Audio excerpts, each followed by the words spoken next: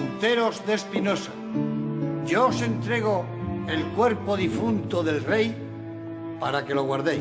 Después de besar el mismo crucifijo de plata que besaran todos sus predecesores en el trono desde Carlos V, moría en la madrugada del 17 de septiembre de 1665 Felipe IV, denominado el Grande.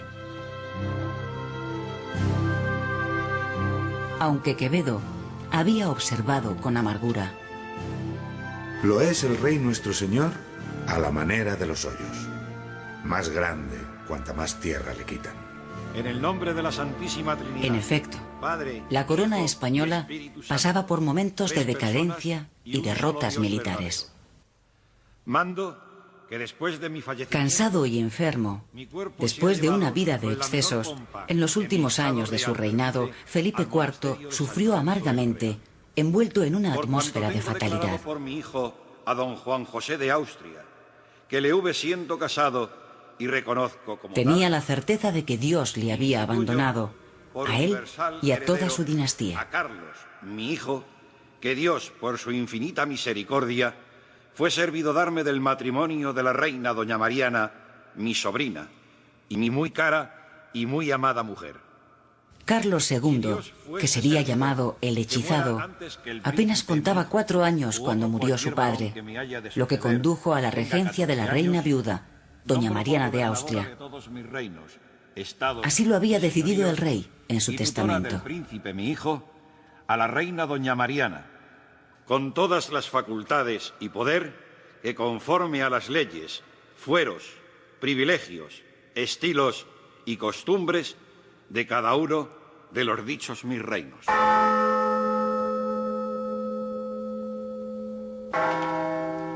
Siempre rodeado de capellanes y curanderos, ya que desde su más tierna infancia daba muestras de una extrema debilidad física y mental, Carlos había sido criado con leche materna gracias a los servicios de más de 14 nodrizas, y solo se abandonó este procedimiento por respetar su ascenso al trono.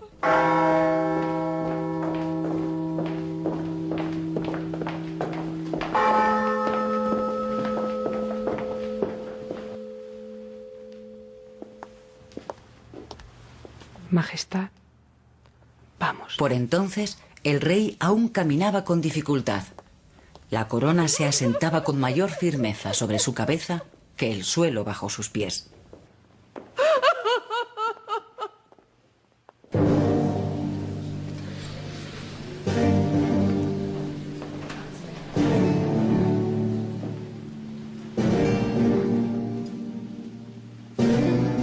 El tiempo ha convertido a Carlos II en el símbolo de la decadencia de un imperio.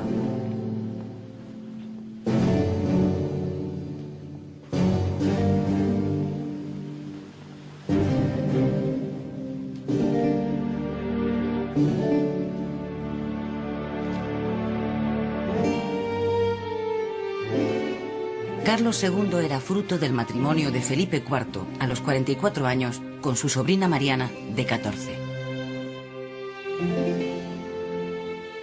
Su debilidad era la consecuencia de la endogamia indiscriminada practicada por la Casa de Austria. Carlos era el representante de la 6ª generación de esta política matrimonial. Pese a los reiterados embarazos de Mariana de Austria, solo 3 infantes llegaron a vivir los años suficientes para que sobre ellos se fundaran esperanzas sucesorias. Felipe Próspero y Fernando Tomás fallecieron antes de que Carlos viniera al mundo. Carlos se convertía así en la última esperanza de los Austrias españoles. Los reiterados matrimonios consanguíneos practicados por esta casa real contribuyeron a mantener unido un poderoso imperio. Pero ahora, la salud social, económica y política de ese imperio era tan endeble como la salud de Carlos. Pero, si eres juez, si a los cristianos persigues duro y... A la edad de 9 años, Carlos II todavía no podía leer ni escribir, a pesar de los denodados esfuerzos de sus preceptores. Languidecía en una corte melancólica, en medio de una sociedad decadente, rodeado de meninas y bufones. Vivía recluido dentro de un estrecho círculo femenino creado por su madre y la marquesa de los Vélez, su aya. El monarca seguía padeciendo frecuentes enfermedades y desarreglos, de los que no se libraría hasta el final de su vida. Las enfermedades crónicas del rey hicieron de la cuestión del heredero un asunto de Estado que implicaba también a las potencias internacionales. Las cancillerías europeas, que no habían dejado de especular desde su nacimiento, difundían todo tipo de rumores. Hasta se llegó a dudar de su sexo, afirmándose que no era varón, sino hembra. En cualquier caso, se pensaba que Carlos moriría pronto. Las potencias del momento comenzaban a competir para colocar a sus candidatos al trono en el mejor lugar. El poderoso monarca francés Luis XIV llegó a firmar un documento con Leopoldo I de Austria en el que se detallaba el reparto de la herencia en caso de que Carlos muriese sin descendencia. Las limitaciones personales del rey español obligaron a buscar alternativas. Toda Europa estaba en la línea de retirar a los válidos. Atrás quedaban los tiempos en los que Richelieu y Mazarino gobernaron Francia con mano de hierro. A Luis XIV se atribuye la frase «El Estado soy yo». Aquí, en la corte española, las cosas eran muy diferentes, porque las aptitudes personales de Carlos II eran nulas. Los 7 consejos de la monarquía, feudo de la aristocracia, no consiguieron monopolizar el gobierno.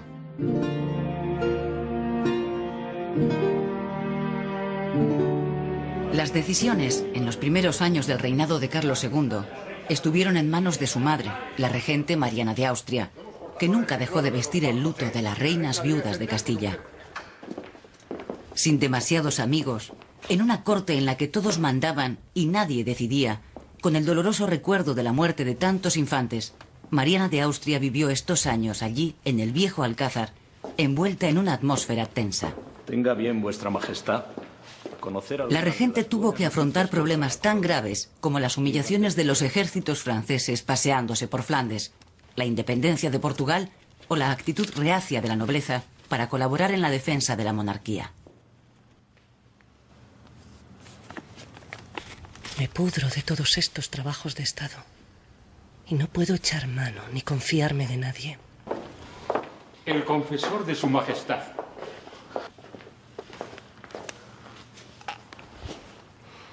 Retírense vuestras mercedes. Asuntos más graves para el reino me reclaman. Mariana de Austria se apoyaba cada vez más en los consejos de su confesor, Juan Everardo Nithard, jesuita austríaco que la había acompañado a España, quien era también miembro del Consejo de Estado. Lo acontecido anoche en el Corral del Príncipe repasa todo lo que su católica majestad debe permitir. La reina impuso el nombramiento del valido como inquisidor general, lo que le convertía en el hombre más poderoso del reino. Nithard era un hombre de rígidos principios morales, de corte contrarreformista y ejerció la alta política sin ser un político. Controló la conciencia de la reina Mariana, pero nunca llegó a entender las claves de la vida palaciega y siempre tuvo enfrente a la nobleza. Nithard consiguió que Mariana de Austria cerrase durante su mandato los corrales de comedias y prohibiese las representaciones teatrales, como deseaba un poderoso sector del clero. El pueblo de Madrid recibió muy mal la noticia. Gran conocedor del alma popular, el personaje que capitalizará este malestar y mantendrá una oposición más directa con la política de la regente será don Juan José de Austria, el bastardo.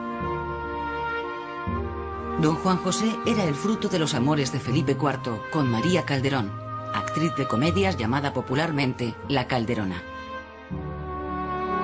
El bastardo acabó siendo reconocido por su padre, el rey, y se erigió en la esperanza de muchos.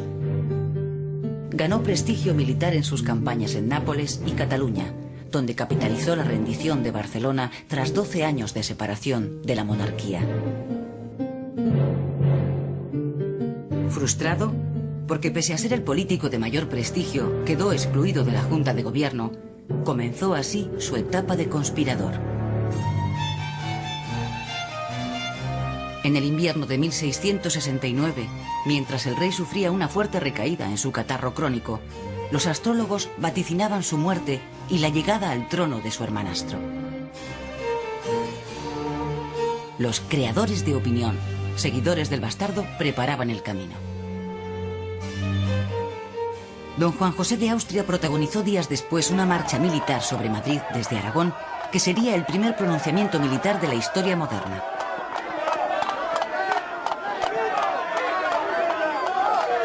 Con una tropa armada de 300 caballos y en medio del clamor general, el éxito efímero del golpe de Estado precipitó la destitución de Nítar y su exilio.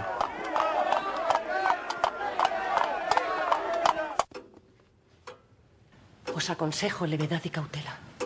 Sin apoyos en la corte, don Juan José tenía enfrente a doña Mariana de Austria, convertida ya en enemiga declarada. Solo por el hecho de ser quien sois.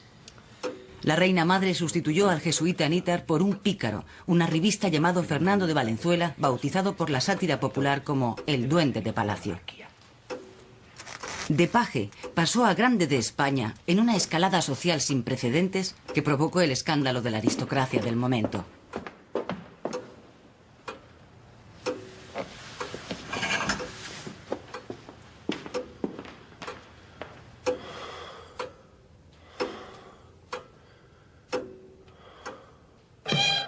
Los mayores logros de Valenzuela fueron la reconstrucción de la Plaza Mayor de Madrid tras el gran incendio de 1672 y la construcción de 2 puentes sobre el Manzanares.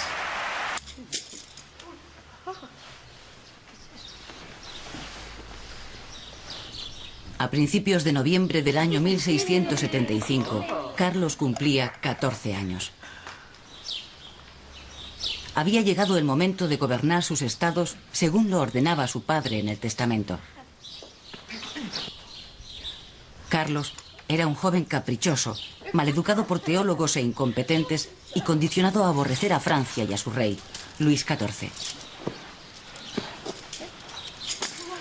En torno a su figura se libraron grandes batallas fuera de España y en el propio Alcázar.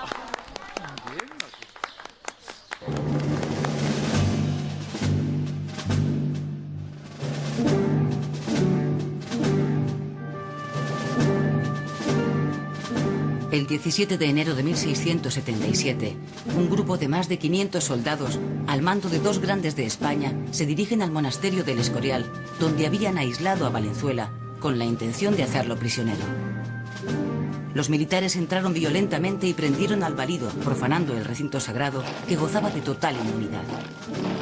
La presión de la nobleza y las amenazas del bastardo desde Zaragoza consiguieron que el rey decretara la prisión de Valenzuela y su exilio a Filipinas. Al grito de ¡Viva el rey! ¡Fuera el mal gobierno! don Juan José emprendió con éxito una nueva marcha sobre Madrid. Doña Mariana fue enviada a vivir al Alcázar de Toledo y Juan José de Austria entró en Madrid como Salvador.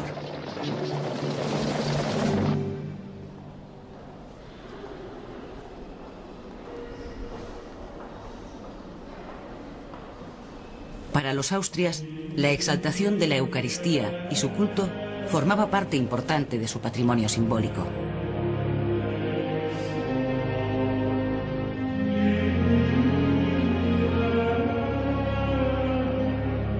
En 1679, don Juan José acompañaba al rey que presidía la fiesta del Corpus. Para celebración tan señalada, Carlos II lució un sombrero de fieltro que llevaba incrustada la famosa perla, la peregrina, la más hermosa de Europa, según se decía, como la princesa con la que esperaba casarse. Su Majestad parecía feliz. Iba a cumplir 18 años y su embajador estaba en París arreglando su boda con María Luisa de Orleans. Se hallaba muy enamorado desde que recibiera el primer retrato de María Luisa. Su confesor estaba alarmado ante los problemas que entonces tenía el rey para disimular su vigor juvenil. El rey debe casarse tan pronto como sea posible, convinieron todos. Por aquellos meses, el precio de los alimentos se había disparado. Todos culpaban al gobierno de don Juan. Enfermo y sin apoyos, el bastardo vislumbraba su final.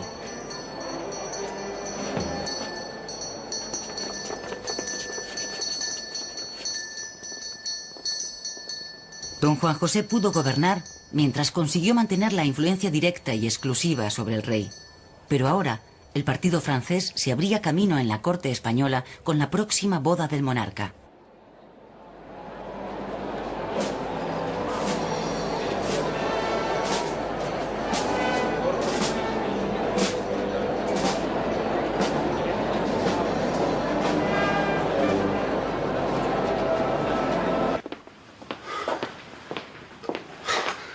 El fracaso de don Juan José fue tan rápido como corto su mandato de 2 años.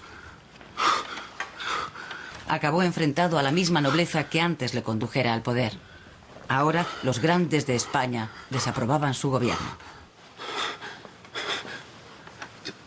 Su mejor logro fue la promoción del periodismo oficial, con la edición semanal de La Gaceta de Madrid, lo que demuestra su extraordinario olfato mediático. Los jesuitas articularon una campaña satírica que dañó definitivamente su imagen.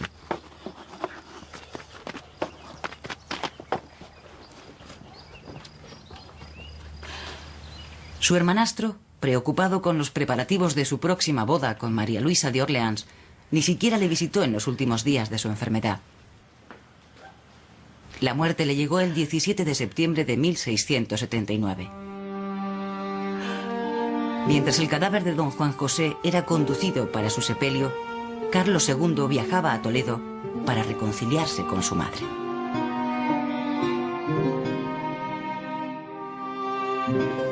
El problema de la sucesión de Carlos II colocó en un primer plano de la política a sus esposas.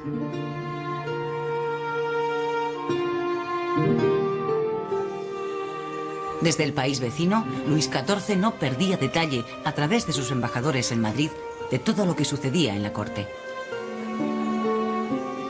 Así entró en juego la política matrimonial franco-española, a través de la sobrina del monarca, María Luisa de Orleans, hija de Felipe de Francia y de la princesa Enriqueta Ana de Inglaterra, que era solo 5 meses menor que Carlos II.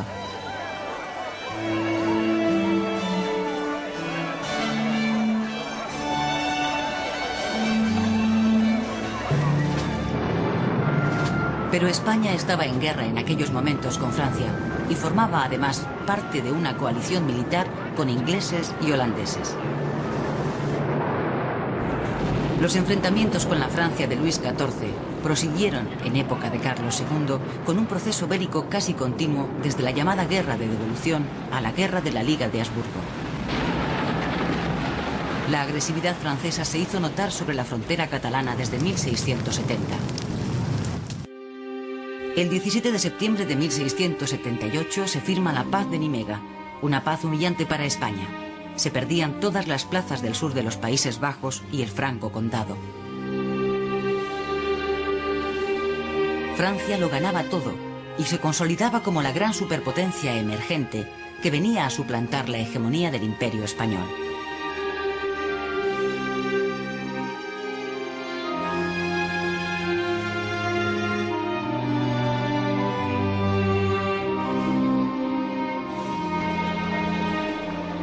Las repercusiones de las guerras con Francia fueron graves en toda España, especialmente en Cataluña, que será invadida, y Barcelona tendrá que capitular ante las tropas de Luis XIV en 1697, lo que contribuirá a tensar las relaciones entre los catalanes y la monarquía.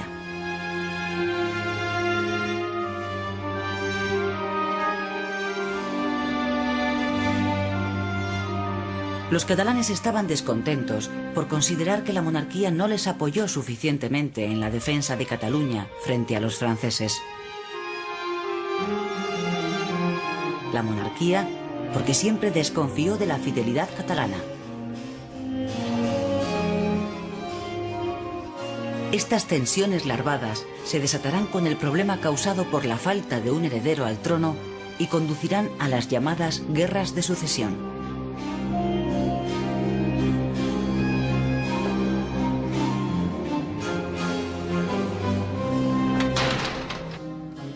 Después de allanarse algunos obstáculos, por fin se celebró la boda de Carlos II con María Luisa de Orleans en 1679.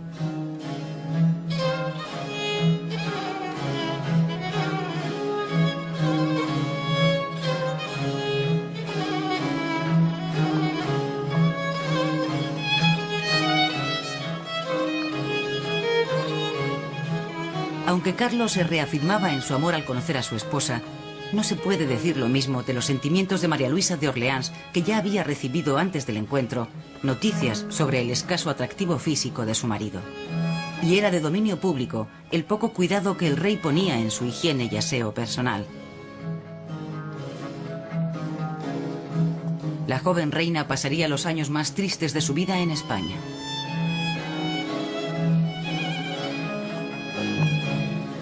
Siempre vigilada por la severa camarera mayor, la duquesa de Terranova, doña María Luisa levantaba recelos entre quienes pensaban que todo lo francés olía a pecado.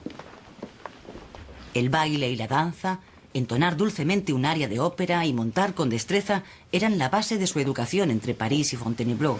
Por amor de Dios, mi señora, que no estamos en París. Virgen Santísima, ese escote y ese vestido y la música. Pero la corte de Madrid era muy diferente. La etiqueta era grave y severa, prohibía los colores y el alboroto, y las normas eran muy rígidas. Bastad. Regalo de un fabricante de Zamora. La camarera mayor regañaba a la reina constantemente. C'est très joli. Son preciosos. Unas veces porque el vestido era demasiado vistoso. Otras porque María Luisa se empeñaba en acompañar al rey en sus jornadas de caza por el Pardo. La reina de España no tiene piernas. Y otras por su impudorosa conducta.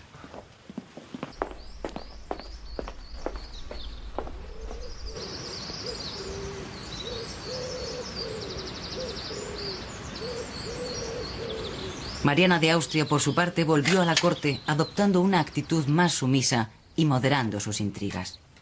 El poco interés de doña María Luisa por la política le ganó los favores de su suegra. Con el matrimonio de Carlos se volvía a vivir la tensión por la sucesión, con todas las esperanzas puestas en el hijo que debía engendrarse en el vientre de la joven reina.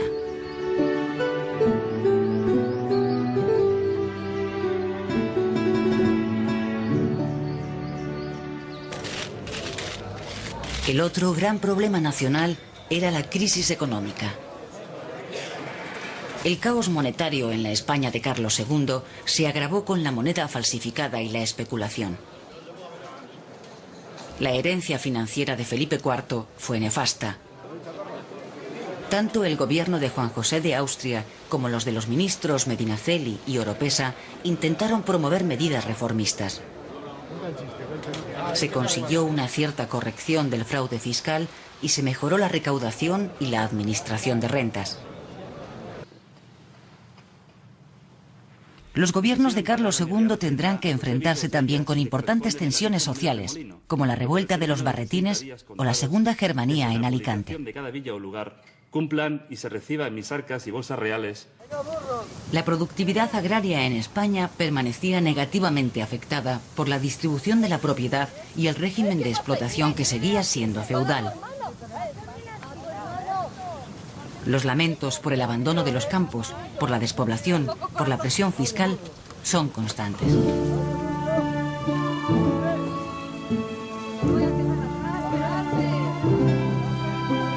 Castilla y Andalucía continuaban sumidas en una crisis profunda: peste, sequía y hambre.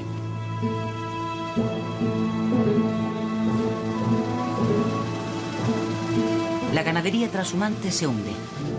El trigo de Castilla dará paso al centeno y al algarrobo.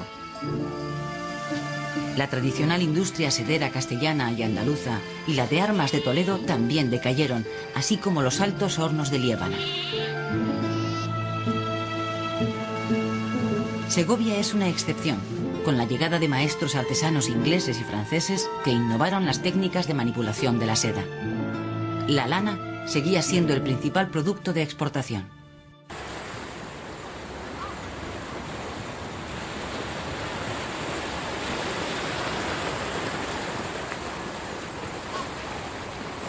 Pero no todos los españoles vivieron este periodo de la misma forma. En estos años se produce la dicotomía entre el estancamiento del centro castellano y el despegue económico de la periferia española. Galicia se recupera gracias al cultivo del maíz y el lino, y el País Vasco gracias a la promoción de la siderurgia. La España mediterránea supera la crisis con una producción agraria basada en la expansión de la viña y la promoción del aguardiente en Cataluña y el arroz y la morera en Valencia. Productos que propiciaron el desarrollo del comercio en ciudades como Mataró o Sitges y la escalada de núcleos como Villafranca del Penedès o Reus.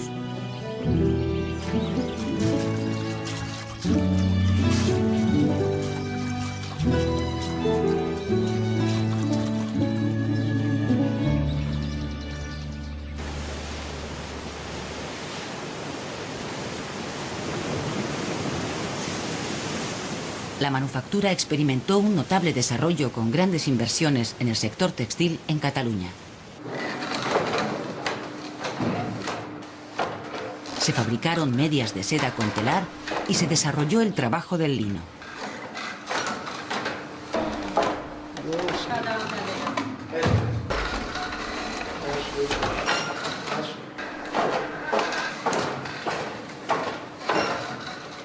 Se produce el relevo de Sevilla por Cádiz como centro del comercio con América.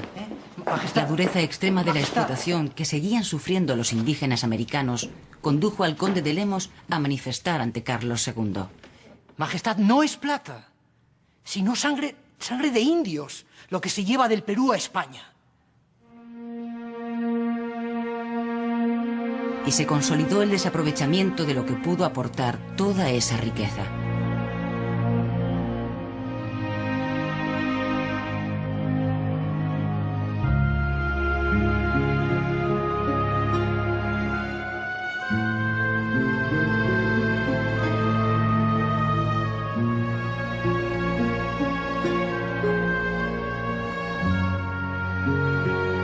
Andalucía fue un puente de plata por el que transitaban los tesoros americanos hacia Europa y el lejano Oriente. Así, se perdía definitivamente la ocasión en España de dar un empuje a la lenta transición del feudalismo al capitalismo. La corona de Castilla autorizaba a viajar a las Indias solo a sus súbditos. Ahora, los catalanes buscarán el acceso al mercado colonial americano a través de Lisboa, Gibraltar y Cádiz. Frente a Francia buscarán las relaciones comerciales con Inglaterra y Holanda.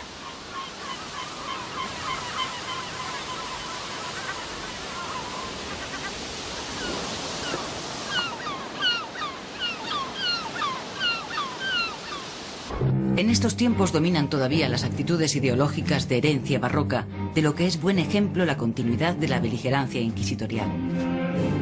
Eran tiempos de manifestaciones confesionales. A este acto público celebrado en la Plaza Mayor de Madrid asistieron Carlos II, su madre Mariana de Austria y su esposa María Luisa de Orleans. Los reyes eran los máximos defensores del orden doctrinal que se consideraba fundamento de la monarquía, y por eso las minorías religiosas continuaban siendo perseguidas. La Inquisición, que actuaba en toda Europa, lanza a finales del siglo XVII una nueva ofensiva sobre los conversos.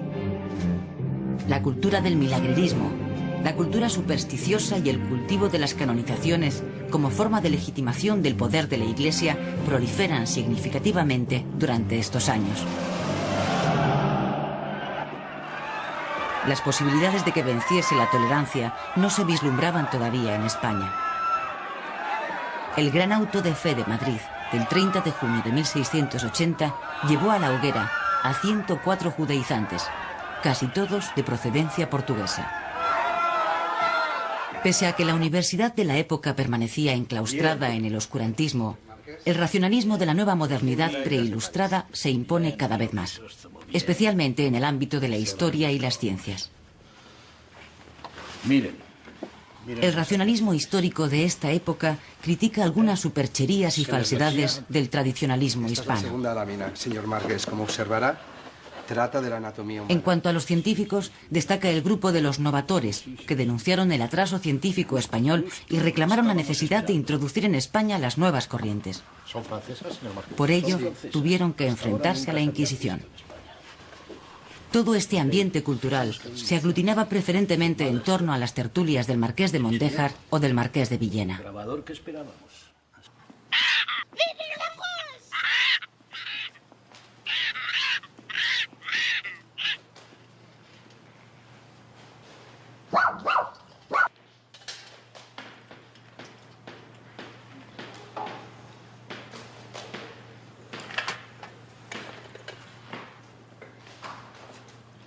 Doña María Luisa no fue una reina popular.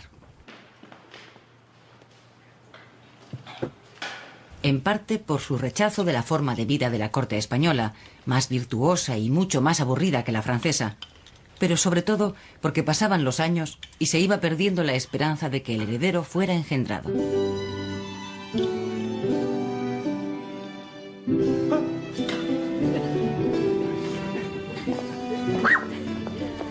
A París, bella flor de lis, que en aflicción tan extraña, si París, París a España, si no París, a París.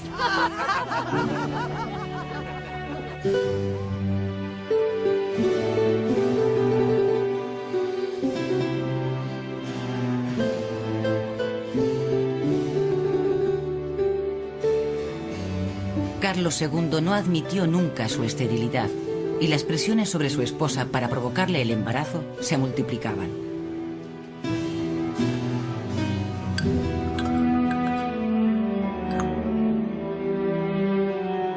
Agua de la vida. Este agua es capaz de limpiar todos los acueductos y cañerías del cuerpo humano. Obligada a tomar extraños potingues, supuestamente para aumentar su fertilidad, solo consiguieron hacerle contraer una grave enfermedad intestinal.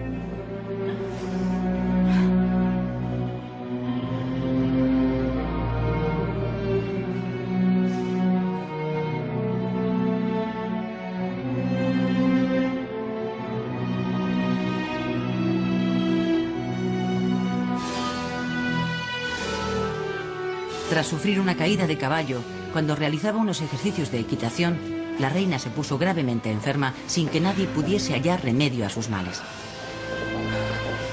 María Luisa de Orleans falleció a los 9 años de su llegada al trono, el 12 de febrero de 1689, a punto de cumplir los 27 años de edad. Corrieron rumores de que había sido envenenada.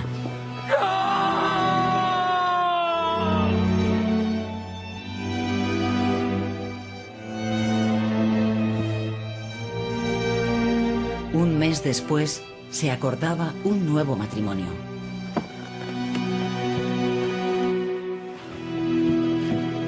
La segunda esposa de Carlos II, Mariana de Neoburgo, se casó por poderes y hubo de sortear en su complicado viaje a España a la poderosa armada francesa que tenía órdenes de apresar a la nueva reina. Si vos no le paráis... Casi un año después de su matrimonio, los consortes se conocerían en Valladolid. ¿Me estáis escuchando? El encuentro fue bastante frío, lejos de aquella ansiedad adolescente que sentía el rey antes de conocer a su primera esposa. Si vuestra voluntad está mermada... ¿Mermada? Sí. Porque así lo ha decidido Dios nuestro Señor. Entonces, si la voluntad... A Mariana de Neoburgo se la trajo a la corte por ser miembro de una familia famosa por la fecundidad de sus mujeres. Fueron célebres sus terribles discusiones con el rey. Supo manejar las esperanzas puestas en ella, fingiendo falsos embarazos cuantas veces convino a sus intereses políticos. De esta manera, utilizaba la noticia más esperada para el reino como chantaje emocional. Enseguida, la nueva reina dejó clara su voluntad de entrar en los asuntos de gobierno. Logró así apartar a Mariana de Austria de su hijo, nombrar un confesor del rey de su confianza y defenestrar al ministro Oropesa. Tenía un carácter colérico y dominante que pronto consiguió anular la voluntad de Carlos II, horrorizado ante los arrebatos de su esposa. Parecían agotarse las últimas esperanzas de que Carlos fuera capaz de engendrar un heredero y las potencias se apresuraban a competir de nuevo por colocar a sus aspirantes. El candidato austriaco era el archiduque Carlos de Austria, nieto del emperador Fernando III, y la infanta María, tía carnal del rey español. El candidato francés era Felipe de Anjou, nieto de Luis XIV y María Teresa, la hermana mayor de Carlos II. Todos los miembros de la corte española, incluidas la reina y la madre del rey, intrigaban y conspiraban, ya fuera a favor o en contra de uno u otro de los candidatos al trono. Alrededor de esa corte, instalada en Madrid, El pueblo solía encontrarse al atardecer paseando por el Prado de San Jerónimo, actual Paseo del Prado, o por la ribera del Manzanares. Lugares en los que se arreglaban citas de amor o se libraban conflictos de capa y espada. No fueron buenos tiempos para los españoles. Los tratados de repartición del territorio de la monarquía hispana que van pactándose entre las potencias europeas son la principal causa de la angustia que sufrieron los españoles de finales del siglo XVII. Fueron tiempos de desconcierto y desazón que marcaron a toda una generación. La generación del 98 del siglo XVII. El 98 más triste de todos los 98. En 1681 había muerto Calderón de la Barca y con él moría también el barroco. Toda una forma de entender el mundo basada en la fe y el honor, cuyas reminiscencias trascienden hasta nuestros días. Grandes genios de la pintura barroca como Murillo florecieron en esta época de transición. Otros, como Carreño de Miranda, discípulo de Velázquez, o Claudio Coello, retrataron con profundidad psicológica los enfermizos caracteres de la última corte de los Austrias españoles. La situación de Carlos II en los últimos años era patética. Se dijo: parece un fantasma y se mueve como la figura de un reloj. Se habla de una dieta de capones y gallinas combinada con carne de ribera.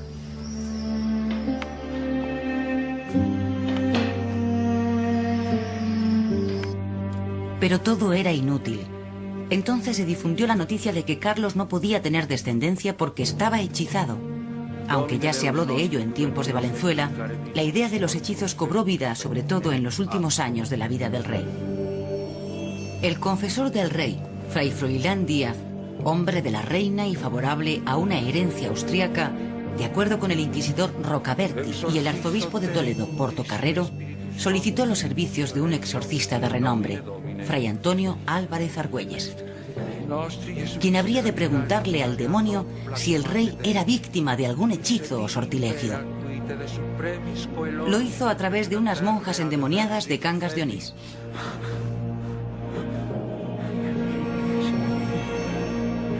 Al parecer, Lucifer contestó que el rey estaba endemoniado y que los culpables eran la reina madre y algunos políticos afines a ella, partidarios todos del bando austriaco.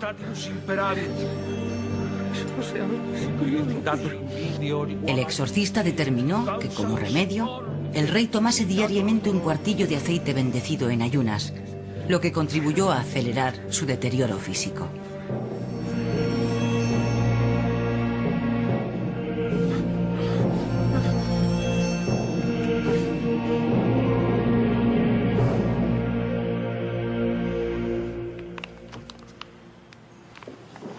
El partido austriaco, que quedaba en bastante mala posición, se inquietó y desde Viena mandaron a un capuchino para que por su parte interrogara a los demonios, que naturalmente esta vez hablaban francés. El hechizamiento del rey supuso un escándalo en la corte española, que además quedó bastante ridiculizada en toda Europa. Apresuraos. Finalmente la reina, Mariana de Neoburgo, que no salía muy bien parada en las manifestaciones de los demonios, decidió poner fin a todo aquello y mandó encarcelar al confesor real y al enviado de Viena, que tuvieron que afrontar un proceso inquisitorial. ¡Viva el rey! ¡Muera el mal gobierno! Paralelamente al escándalo de los hechizos, se producía en Madrid el llamado motín de los gatos. La subida del precio del pan provocó las iras populares. ¡Fuera el perro que nos trajo esta miseria! La muchedumbre tomó las calles y la furia de los desheredados arrasó todo lo que encontró a su paso. Como solía ser costumbre, se gritaba: ¡viva el rey y muera el mal gobierno! La turba quemó y saqueó la casa del conde de Oropesa. Pero el motín de los gatos no solo fue un estallido popular de los que por entonces solían tener lugar como consecuencia de las crisis de subsistencia. Fue también la expresión del conflicto que se vivía dentro de la corte. El partido borbónico, con la opinión pública de su parte, conseguía imponerse así al partido austriaco.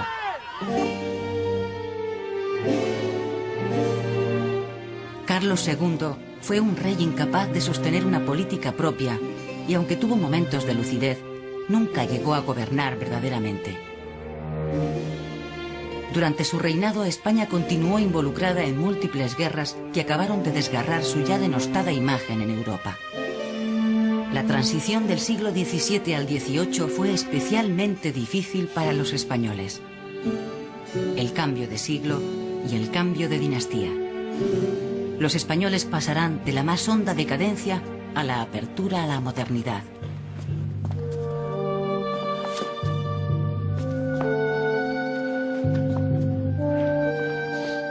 Uno de los últimos días de su vida, en un estado de salud lamentable, Carlos II se trasladó a El Escorial, donde mandó abrir los sepulcros de sus antepasados, como si la muerte le llamara desde algún lugar cada vez más cercano.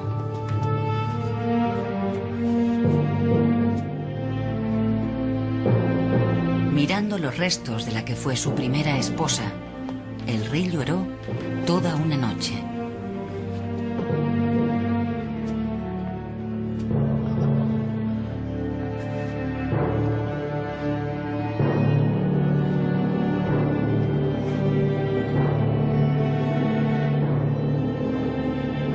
Tras un sinfín de presiones, el rey en su último testamento, firmado en octubre de 1700, nombraba como sucesor al nieto de Luis XIV, el futuro Felipe V, haciendo constar que las coronas de España y Francia no podían ser unidas.